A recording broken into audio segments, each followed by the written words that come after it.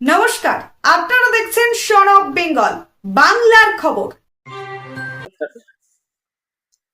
देखिए, press conference कर रहा हूँ इसलिए कि यहाँ का এখানে পাবলিকের ডিমান্ড আছে।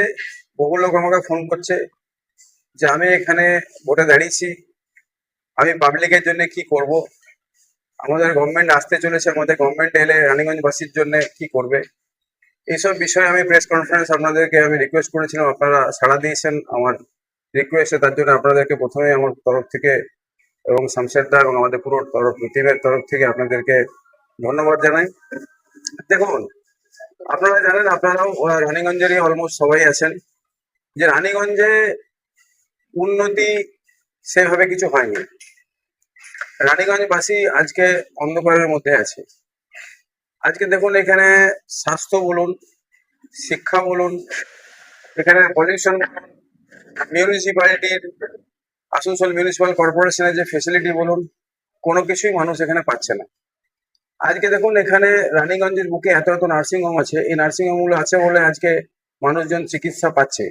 আজকে দেখুন, স্বাস্থ্য ব্যবস্থা এমন জায়গায় পৌঁছেছে, পশ্চিমবঙ্গের মধ্যে আমি বহু জায়গায় ঘুরেছি, আমি এত মানে অল্প জায়গার মধ্যে এত নার্সিং হোম আমি দেখিনি।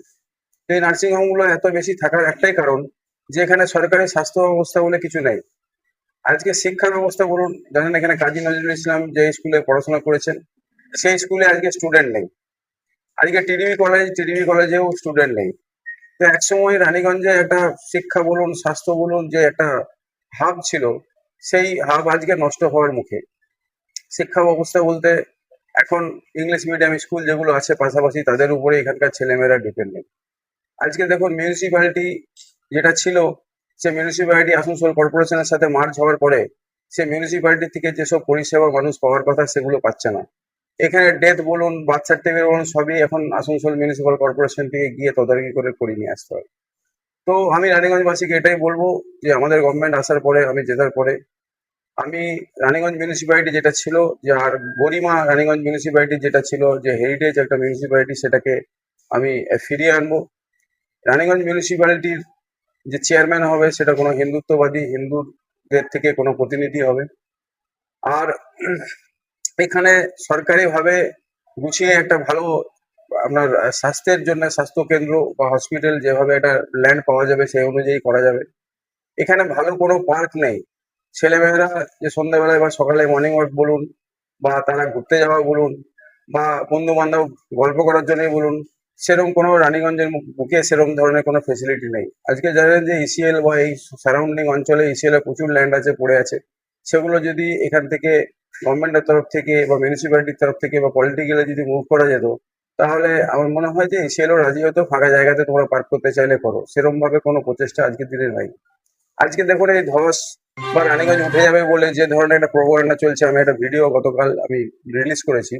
আজকে আপনারা জানেন, স্বনামধন্য ব্যক্তিত্ব হারাধন রায় যখন বেঁচে ছিলেন, ওনার টাইম থেকে, তখন আমি অনেক ছোট ছিলাম, বয়স আমার অনেক কম ছিল, তখন থেকে শুনছি রানীগঞ্জ উঠে যাবে। তো এই ধরনের বিভ্রান্তি যে মানুষজনকে ছড়িয়ে দেওয়া হচ্ছে রানীগঞ্জবাসীকে এই ভোটের আগে, এগুলো বন্ধ হওয়া উচিত। এখানে রানীগঞ্জ যেমন ছিল, রানীগঞ্জ সেভাবেই থাকবে, সেভাবেই আছে। আপনারা দেখুন, এই যে বলছে রানীগঞ্জ উঠে যাবে, আপনারা জানেন যে ডে বাই ডে এখানে মিউনিসিপ্যালিটি প্ল্যান স্যাংশন করছে, প্রচুর বাড়ি ঘরদোর হচ্ছে। তাহলে যদি উঠে যাওয়ার থাকতো, তাহলে রানীগঞ্জ মিউনিসিপ্যালিটি বা আসানসোল মিউনিসিপ্যাল কর্পোরেশন কেন তাদেরকে প্ল্যান স্যাংশন করছে? তাহলে প্ল্যান স্যাংশন করার কোনো ব্যাপার ছিল না। আজকে প্ল্যান স্যাংশনও হচ্ছে, অথচ আবার ছড়িয়ে দেওয়া হচ্ছে যে রানীগঞ্জ মিউনিসিপ্যালিটি, রানীগঞ্জ উঠে যাবে। তো এই অনেকগুলো বিষয় আছে, এই বিষয়গুলো আস্তে আস্তে হবে। এখানে যানজটের যে সমস্যা আছে, সেই যানজটের সমস্যাটাকেও মেটাতে হবে। আপনারা জানেন যে এনএইচ একটা সাইড দিয়ে হচ্ছে, সেটা যখন হয়ে যাবে, সেটাও সেন্ট্রাল গভর্নমেন্টের প্রজেক্ট, রানীগঞ্জের জ্যাম অনেক কমে যাবে। রানীগঞ্জে যে এত এত হকার আছে যারা রাস্তার দুপাশে বসে থাকে, সাধারণ মানুষ অনেক উপকৃত। হকারদের পেট চলছে সেখান থেকে, কিন্তু সাধারণ মানুষও প্রচুর উপকৃত বা মানে উপকার পাচ্ছে, যে বাড়ি থেকে বেরিয়ে হকারদের কাছে একটা স্বল্প মূল্যে বা কম মূল্যে জিনিসপত্র তারা কিনতে পারছে। তো এই হকারদের জন্য কেউ চিন্তা ভাবনা করে নেই, একটা হকার কর্নার বলুন, এদের জন্য একটা গুছিয়ে হকার কর্নারের ব্যবস্থা করা উচিত। আজকে রানীগঞ্জে যে এত এত টোটো চলছে, আপনারা জানেন প্রচুর টোটোর কাছ থেকে ইলিগাল ভাবে 1700 টাকা, কারো কাছে 1500 টাকা, পুলিশ জোর করে রেজিস্ট্রেশনের নামে টাকা নিয়েছে। অথচ তাদেরকে কোনো নির্দিষ্ট কোনো জায়গা বা তাদের জন্য কোনো চিন্তা ভাবনা, এত এত টোটো চলছে, তাদের এত ফ্যামিলি আছে, তাদের কাছ থেকেও কিন্তু মানে কোনো রকম কোনো তারা গভর্নমেন্টের কাছ থেকে ফেসিলিটি পাচ্ছে না। তো অনেক বিষয় আছে। এরপরে আপনারা যদি দেখেন রাজাবাঁধ, কালকে আমি গিয়েছিলাম, পরশুদিন গিয়েছিলাম। এই রাজাবাঁধ যেটা একটা হচ্ছে একটা মানে কি বলবো, একটা হেরিটেজ প্রপার্টি বলতে পারেন, যেখানে আমাদের ধর্মীয় যে আমাদের আচার অনুষ্ঠান যা হতো, দুর্গাপুজোর বাড়ি আনা বলুন, ছট পুজো বলুন, ওখানে একটা সূর্য মন্দির আছে আপনারা জানেন। তো এই সব বিষয়গুলো যা ছিল সেই বিষয়গুলোর উপরে পলিটিক্যালি কোনো রকম মুভমেন্ট করা হয়নি, কোনো ধ্যান দেওয়া হয়নি। উল্টো রাজাবাঁধটা মোটামুটি 70% যা দেখলাম, 124 বিঘা জায়গা, 70% জায়গা ওটা ভরাট করে সেখানে বাড়ি ঘরদোর করা হয়েছে এবং পুকুর ভরাট করে বেআইনি ভাবে সেগুলোকে বিক্রি করা হয়েছে। তো বিষয় মানে এত বিষয় আছে যে বিষয়গুলো বলতে হলে সারা রাত ধরে বলতে হবে আর কি। তো এইসব বিষয়গুলো দেখা উচিত, এইসব বিষয়গুলো আমি দেখবো আগামী দিনে। এবং মানুষের যে বেসিক সমস্যা, এখানে কোনো চাকরি নাই। আপনি দেখুন এখানে এত এত ফ্যাক্টরি আছে, যে ফ্যাক্টরিতে আপনি যদি দেখেন 70% লোক বাইরে থেকে আসছে, এবং সেই ফ্যাক্টরির যে এমপ্লয়ি যারা বাইরে থেকে এসে এখানে কাজ করছে, সবই ওগুলো ট্রেড ইউনিয়ন বা পলিটিক্যাল লোকজন, তৃণমূলের লোকজন যারা, সেগুলোকে এখানে বাইরের লোককে অ্যালাউ করছে পয়সার বিনিময়ে যাতে ফ্যাক্টরিতে কাজ করবে। তো আমাদের লোকাল লোকজন থাকতে কেন ফ্যাক্টরিতে বাইরের লোকজন কাজ করবে? আর এত পলিউশন, এই পলিউশনের ব্যাপারেও গভর্নমেন্টের কোনো চিন্তা ভাবনা নাই। আমরা জানেন 91 নম্বর ওয়ার্ডে আমি লাইভও করেছি, অনেক ওয়ার্ডে ঘুরলাম, সেখানে ড্রেন মানে কি রাস্তার উপরে দিয়ে ড্রেন চলছে। সেখানে ড্রেন বলুন, গার্বেজ ফেলার ব্যবস্থা বলুন, ওখানে একটা পুকুর দেখলাম, পুকুরটাও একই অবস্থা, ডাস্টবিনে পরিণত হয়েছে। মানুষ এখানে মিউনিসিপ্যালিটির আন্ডারে থাকছে, টালির ঘর, মানে ঘরে একটা মানে তিরপল পর্যন্ত নেই, জল পড়ছে, মানে ভয়ঙ্কর একটা পরিস্থিতি। কালকে আর একটা গিয়েছিলাম ওইদিকে, জায়গাটা এত ড্রেনের গন্ধ। ওটা কত নম্বর ওয়ার্ড ছিল? 36 নম্বর ওয়ার্ড। ড্রেনের এত গন্ধ, সেখানে মানে মানুষ যে কিভাবে বেঁচে আছে, মানে সত্যি মানে একটা ভয়ঙ্কর পরিস্থিতির মধ্যে দিয়ে মানুষ রানীগঞ্জের মধ্যে বেঁচে আছে। এখানে ওই ড্রেন থেকে বলুন, ডেঙ্গু বলুন, বা যাবতীয় যা রোগ বা গন্ধ, একটা বিচ্ছিরি অবস্থা। আরেকটা আমি গিয়েছিলাম সেদিনে, ওই ওই ওয়ার্ডটা 90 নম্বর হবে হয়তো সম্ভবত। সেখানে পানীয় জল একটাই কুয়ো, সে পানীয় জলের সাথে মানে একদম প্রপার ড্রেন কানেক্টেড, পোকা ঘুরে বেড়াচ্ছে। তো সেখানেই চান করে সেই জলে ওরা ইউজ করে ফুটিয়ে খায়। একটা অঙ্গনওয়াড়ি সেন্টার দেখলাম, সেই অঙ্গনওয়াড়ি সেন্টারেও পাখা নাই, লাইট নাই, কিছু নাই। তো সব মিলিয়ে একটা ভয়ঙ্কর পরিস্থিতি রানীগঞ্জের বুকে চলছে।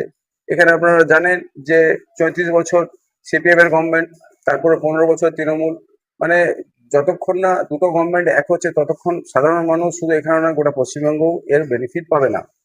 তো ওভারঅল বিষয় যা আছে তাতে গভর্নমেন্ট ডুয়েল সরকার, মানে ডবল ইঞ্জিন যতক্ষণ না হচ্ছে ততক্ষণ পর্যন্ত মানুষের কিন্তু সুরাহা হবে না। এই যে 49 বছর ধরে সেন্ট্রাল গভর্নমেন্টের সাথে স্টেট গভর্নমেন্টের একটা কনফ্লিক্ট অফ ওপিনিয়ন চলছে, বা ডিফারেন্ট গভর্নমেন্ট চলছে, তার জন্য সেন্ট্রালের প্রচুর স্কিম এখানে ইমপ্লিমেন্ট হচ্ছে না। আপনারা জানেন দুর্গাপুর স্টিল প্ল্যান্ট বলুন, অ্যালো স্টিল প্ল্যান্ট বলুন, এদিকে ইসকো বলুন, ইসিএল ন্যাশনালাইজ মানে কোল মাইন্স ন্যাশনালাইজ বলুন, যখন দুটো গভর্নমেন্ট ছিল তখনই সেগুলো পসিবল হয়েছে। আজকের দিনে এই দুটো গভর্নমেন্ট না থাকার দরুন, আর এখানে তৃণমূল গভর্নমেন্ট যেভাবে নিজেদের পলিসি চলছে, বেনিফিশিয়ারি তৈরি করে রেখেছে। তো এখানে কোনো ইন্ডাস্ট্রি নাই, চাষবাস বলতে কিছুই নাই, চাষের জমি আজকের দিনে বলুন, এখানে কোনো এগ্রিকালচার ফার্মিং হয়, এগ্রিকালচারে কোনো জায়গা আছে যে এগ্রিকালচার জায়গাগুলো সব প্রমোটিং হয়ে সব বিক্রি হয়ে গেল।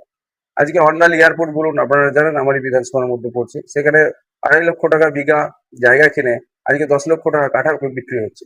এখানে একটাই প্রজেক্ট হয়েছে সেন্ট্রাল গভর্নমেন্টের, আপনি যদি বলেন যেহেতু মানে সম্ভব নয় এদের জন্য, ডিভিসি। তো ডিভিসিতেও যে লোকজন অন্ডাল ডিভিসিতে কাজ করছে, তারাও কিন্তু সেন্ট্রাল গভর্নমেন্ট দ্বারাই উপকৃত। আর এয়ারপোর্ট যদি বলেন, এয়ারপোর্টেরও যে ল্যান্ড অ্যাকুইজিশন হয়েছে সেটাও হচ্ছে আপনার প্রি 2011 সিপিএম গভর্নমেন্টের সময় হয়েছে। তো তৃণমূল গভর্নমেন্ট নতুন করে কিছু করেনি, যেগুলো ছিল সেগুলো ধ্বংস হওয়ার মুখে, সেগুলোকেও খেয়ে ফেলছে।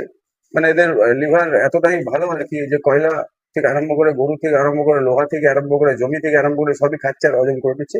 তবে এবারে মানুষ এদেরকে হজম করে ফেলেছে। জাস্ট আপনারা বুঝতে পারবেন 4 তারিখের পরে এই গভর্নমেন্টটা মানে কর্পূর যেরকম উড়ে যায়, সেরকম 30 মিনিটের মধ্যে এই পুরো পার্টিটার মানে দোকান বন্ধ হয়ে যাবে 4 তারিখের পরে। আর তৃণমূল কংগ্রেস বলে কোনো জিনিস পশ্চিমবঙ্গে 4 তারিখের পরে আর থাকছে না। मेरा सवाल है सर, आपने दो वर्ड कहा है, एक इंडियन पंचायत जो नहीं हुआ रानी इंडियन का, तो टीएमसी प्रचार कर रही है इंडियन पंचायत बोल के, तो डोर टू डोर प्रचार कर रही है। दूसरा पॉइंट है कि रानीगंज बचाओ मंच, तब क्या वोट मिलेगा अगर रानीगंज खतरे में है? দেখুন রানীগঞ্জ বাঁচাও মঞ্চ আমি আগের দিনও আপনাদেরকে বলেছি, বহু জায়গায় বলেছি, যদি আমার সাথে বসতে চায়, জেনুইনলি যদি তারা আলোচনা চায়, কারণ আমি কোল মাইন স্পেশালিস্ট বলে আমাকে সবাই জানে। এই কোল মাইন্সের যে ল রিলেটেড যা কিছু আছে সেগুলো আমি মানে তাদেরকে আমি বলতে চাই, তারা যদি সত্যি করে অরাজনৈতিক বা রাজনৈতিক কোনো প্রোপাগান্ডা না থাকে আমার সাথে বসুক। আমি আপনাদের মাধ্যম দিয়ে বলছি এর সলিউশন কিছু না কিছু বেরোবে। আর রানীগঞ্জে উঠে যাবে সেটা তো আমি প্রথমেই বললাম যে যখন আমাদের হারাধন বাবু ছিলেন তখন থেকে শুনছি রানীগঞ্জ উঠে যাচ্ছে। তো রানীগঞ্জ যদি উঠেই যায় তো মিউনিসিপালিটি এত কেন প্ল্যান স্যাংশন করছে?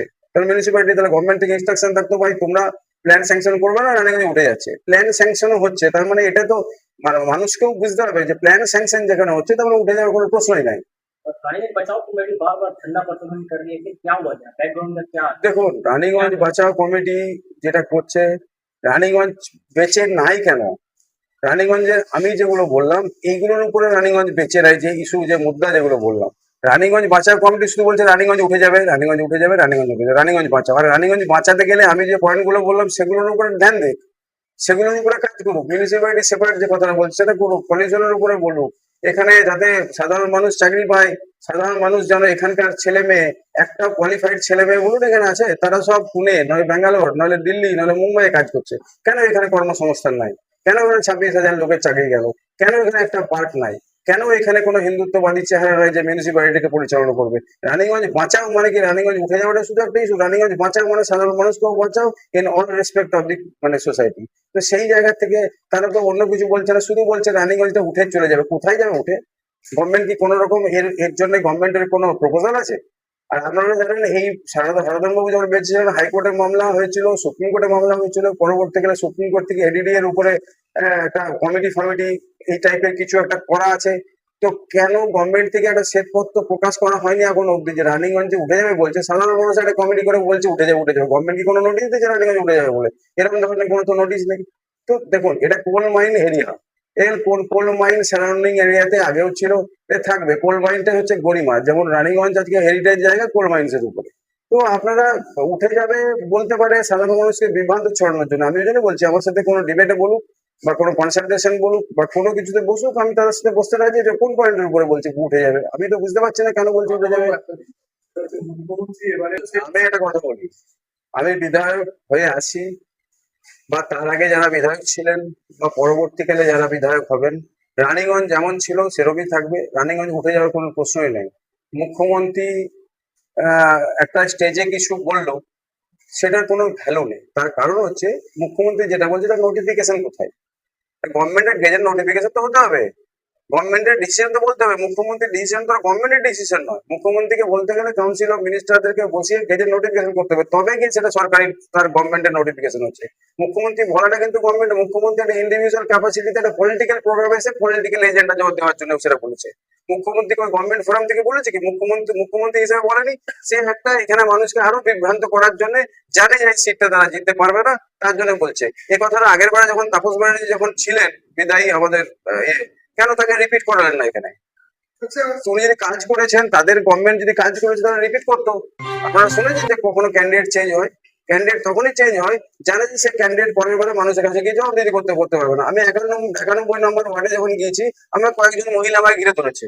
আমি তো কোথায় ভাবলাম কেন ঘিরে ধরবে, তুমি আগের বারে আমার কাছে ভোট নিয়ে গেলে কেন আমাদের কাজ হয়নি? তো ওরা বুঝতে পারছে না সাধারণ মানুষকে, ওরা ভাবছে যে আমরাই হতে পারি বা কিছু। পরে যখন ওদেরকে বোঝালাম যে ভাই তোমাদের কাছে তোমরা যাকে ভাবছো সে আমি নই, কারণ সে হচ্ছে আগে এমএলএ ছিলেন, এখন উনি এখানে নেই। বলছে কোথায় আছে? আমরা অন্য জায়গাতে কন্টেস্ট করছেন, আপনারা যদি পাশের কেন্দ্র আপনারা গিয়ে ওখানে ধরতে পারেন, বলতে পারেন।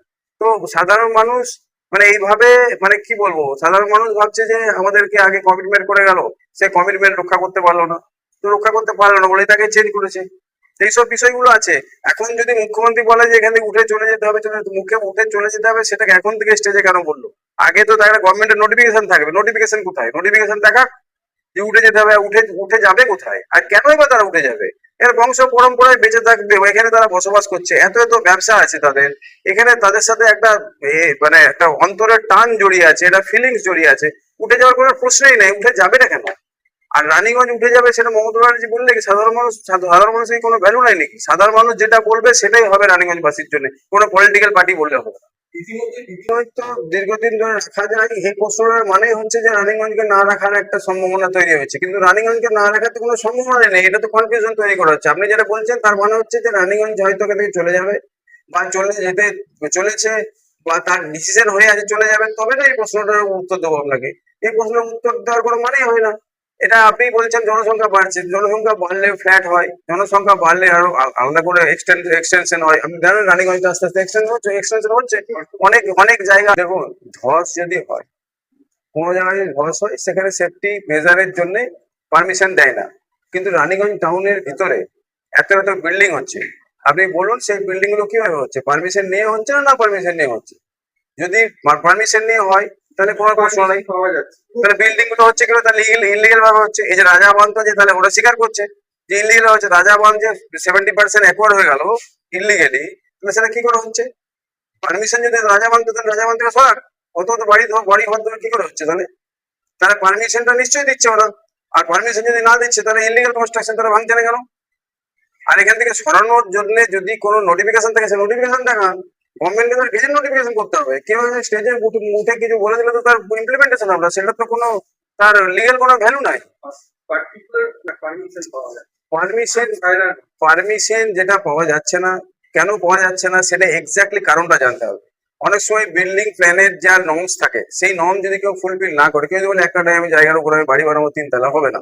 তাই এক একজনের এক এক রকম ইস্যু আছে, অ্যাজ এ হোল তো এটা বলা মুশকিল আছে না। আজকে আপনি যদি পারমিশন না পেয়ে থাকেন, কেন পারমিশন পাননি, তাহলে আমার সাথে বসুক তারা, আমি তাদের সঙ্গে বোঝাবো তাদেরকে। পশ্চিমবঙ্গ বা আমাদের আসানসোল বেল্টের যে কোনো জায়গাতে যদি ধস হয়, সেই ধস কবলিত জায়গায় তাদেরই সেফটি মেজারের জন্য সেখানে পারমিশন দেয় না। যদি এখানে সত্যি করে কোনো ধস হয়ে থাকে, তাহলে সেই ধসটাকে তো ধসের জায়গায় তো বাড়ি করবে কি করে? সে এটা তো স্বাভাবিক ব্যাপার। কিন্তু অ্যাজ এ হোল যেটা প্রোপাগান্ডা হচ্ছে, রানিং উঠে যাবে এরকম যদি কোনো নোটিফিকেশন থাকে তাহলে বলুন, তাহলে এই প্রশ্নটা তো বেকার প্রশ্ন। আর মিউনিসিপালিটি চলছে কি করে? তাহলে ভয় দেখাচ্ছে। মুখ্যমন্ত্রী জানে যে পশ্চিমবঙ্গ থেকে ওরা চলে যেতে বসেছে, মানে আর নেই আর কি। 4 তারিখ অব্দি যেটুকু আছে এটা চলছে। যেহেতু এখন ইলেকশন প্রসেস চলছে, ইলেকশন ডিক্লেয়ার হয়ে রেজাল্ট ডিক্লেয়ার হওয়ার পরে মমতা ব্যানার্জিও থাকবে না, আর এখানের আপনার তৃণমূল কংগ্রেসের এমএলএও আর থাকছে না। নমস্কার, আপনারা দেখছেন সন অফ বেঙ্গল বাংলার খবর। সন অফ বেঙ্গলের মাধ্যমে প্রত্যেকটা খবর সবার আগে আপনাদের কাছে পৌঁছে দিই আমরা। সন অফ বেঙ্গলের প্রত্যেকটা খবর ফেসবুক, ইনস্টাগ্রাম এবং ইউটিউবের মাধ্যমে শেয়ার করা হয়। আমাদের ফেসবুক পেজ, ইউটিউব এবং ইনস্টাগ্রাম আপনারা দেখুন, ফলো করুন এবং শেয়ার করে দিন প্রত্যেক সংবাদ প্রেমীদের কাছে। আমাদের ফেসবুক পেজে যান, সেখানে গেলে দেখতে পাবেন রাজনীতি, খেলার খবর এবং বিনোদন জগতের সমস্ত আপডেট সহ লোকাল খবরের খুঁটিনাটি উপলব্ধ। তাই সঙ্গে থাকুন, দেখতে থাকুন সন অফ বেঙ্গল বাংলার খবর।